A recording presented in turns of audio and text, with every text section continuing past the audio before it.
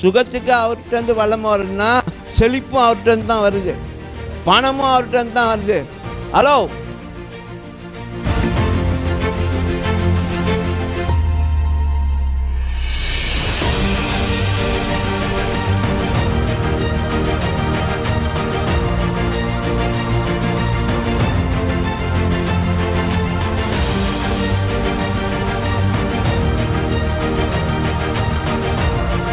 அதே நேரத்தில் மறந்துடாதீங்க, பணம் வர்றதுக்கு சில நேரத்தில் படுகிற கஷ்டங்கள் இருக்குல்ல, அது நீங்கள் அப்ரிஷியேட் பண்ணணும். ஏன்னா பணம் வரும்பொழுது அந்த கஷ்டத்தில் நான் பணத்தை பெறும்பொழுது உங்களுக்கு பணத்தோட வேல்யூ தெரியும்.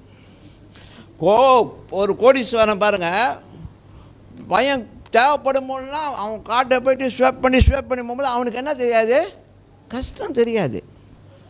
ஆனால் அவர் ரொம்ப ரிலாக்ஸாக எல்லாத்தையும் போட்டு கடைசியில் அவன் வாழ்க்கையே ரொம்ப மோசமான நிலைமைக்கு போயிடும். ஏன்னா அந்த ஃபைனான்ஷியல் ஃப்ரீடம் அவனை எங்கே கொண்டு போயிடுச்சு, நிறையா ராங்கான ஆக்டிவிட்டிக்கும் கொண்டு போயிடும். அப்போ நம்ம இன்றைக்கி ஒவ்வொரு கட்டத்துலேருந்து நம்ம போராடி வரோம் பார்த்தீங்களா, அங்கே நீங்கள் அப்ரிஷியேட் பண்ண ஆரம்பிப்பீங்க ஆண்டவருடைய கிரியைகளை. டேடி எந்த நேரத்துலலாம் வந்து பார்த்திங்களா டக்குன்னு காரியத்தை செஞ்சு ஒரு இடத்துக்கு ஒரு காலகட்டத்தில் நீங்கள் ஒரு நிலையாகிடுவீங்க, உங்கள் ஃபைனான்ஸ் சரியாயிரும். நம்புறீங்களா? சுகத்துக்கு அவர்கிட்டருந்து வளம் வருதுன்னா செழிப்பும் அவர்கிட்டருந்து தான் வருது, பணமும் அவர்கிட்டருந்து தான் வருது. ஹலோ, பேதுருக்கிட்ட சொன்னார், ஏய் நீ போய் தண்ணியில் போய் ஒரு மீனை பிடி, அது வாயை பொழந்து பாரு, உள்ளுக்கு நாணயம் இருக்கும், காசு இருக்கும், அதை எடுத்து என்ன செய் போய் வரி கட்டு. வரி கட்டுறதுக்கு சம்பளத்துலேருந்து தானே கட்டணும். பேதுருக்கு வருமானம் இல்லை, ஆனால் வரி கட்டி ஆகணும். அப்போ ஆண்டு சொல்கிறார், நீ போய் மீனை பிடி, வாயை போல, அதில் காசு இருக்கும், போய் நானே வரியை கட்டு. இப்போ உங்களுக்கு என்ன தேவை?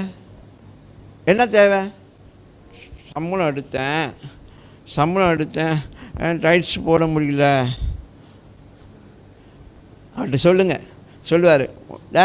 இது ஒரு சேனல் உனக்கு நான் திறக்கிறேன், இந்த ஒரு வழியை உனக்கு திறக்கிறேன், நீ அங்கே போ, அங்கே உனக்கு பணம் கிடைக்கும், அந்த பணத்தை எடுத்து டைட்ஸ் கட்டு. ஏன்னா இப்போ இருக்கிற சம்பளத்தில் நம்மளால் எல்லாத்தையும் சமாளிச்சுட்டு டைட்ஸ் போடுறதுக்கு சில பேருக்கு ஸ்ட்ரகிளாக இருக்குது. ஆமாம். ஸோ அப்போ நீங்கள் என்ன செய்யுங்க, நம்புங்க, ஆண்டவர் உங்களுக்கு வழி தரப்ப சொல்லுவார், இங்கே போ, உனக்கு இங்கே போ, இந்த இடத்துலேருந்து உனக்கு பணம் வரும், அப்படி வரும். இதெல்லாம் ஒன்று ஒன்றா தாண்டி நீங்கள் பாருங்கள், உங்கள் பொருளாதாரத்தில் செழிப்பாக இருப்பீங்க.